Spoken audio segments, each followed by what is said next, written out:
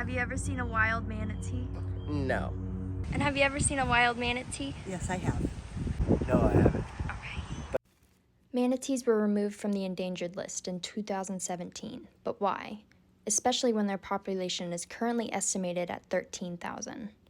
Manatees have been around at least 50 million years. Some researchers even believe that number could be closer to 60 million. So how has this aquatic species become so close to extinction? Why were they taken off the endangered list? And why is there a chance they could be put back on it soon? I decided to head to Florida and see them for myself, as well as to find out more about the species. Once I arrived in Florida, the first thing I noticed were hundreds of signs for manatees. From boating laws to speed limits for boats to anything else you could imagine, laws protecting manatees. Though manatees are no longer considered an endangered species, they are still protected under the Endangered Species Act as well as the Marine Mammal Protection Act. I just kept asking myself how this could happen to such an amazing species. According to the NOAA, there are two major threats, the first of which is loss of habitat, as new developments are being built along waterways and natural nesting areas are being destroyed. A second major threat to manatees is collisions with boats and ships. As written by the Save the Manatee Club, collisions between manatees and watercrafts are devastatingly common. Nearly every living manatee bears scars from encounters with boat propellers.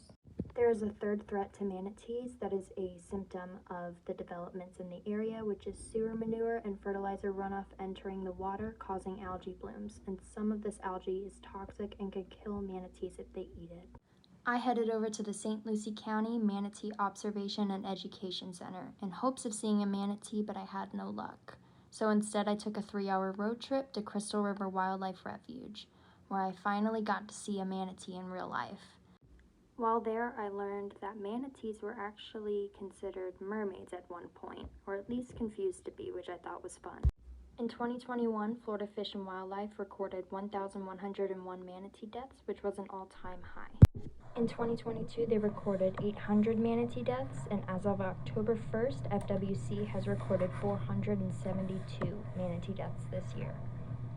6 years ago, federal officials removed manatees from the endangered list and reclassified them as a threatened species. This was against public opinion and advice from scientists and environmentalists, but there's a possibility that manatees can be put back onto the endangered list according to the U.S. Fish and Wildlife Service. The U.S. Fish and Wildlife Service has completed 2 90-day findings on the Endangered Species Act petition to uplist the western Indian manatee and the Puerto Rican population of the Antillean manatee. Based on the service's review, both petitions present substantial scientific or commercial information indicating that the petitioned actions may be warranted.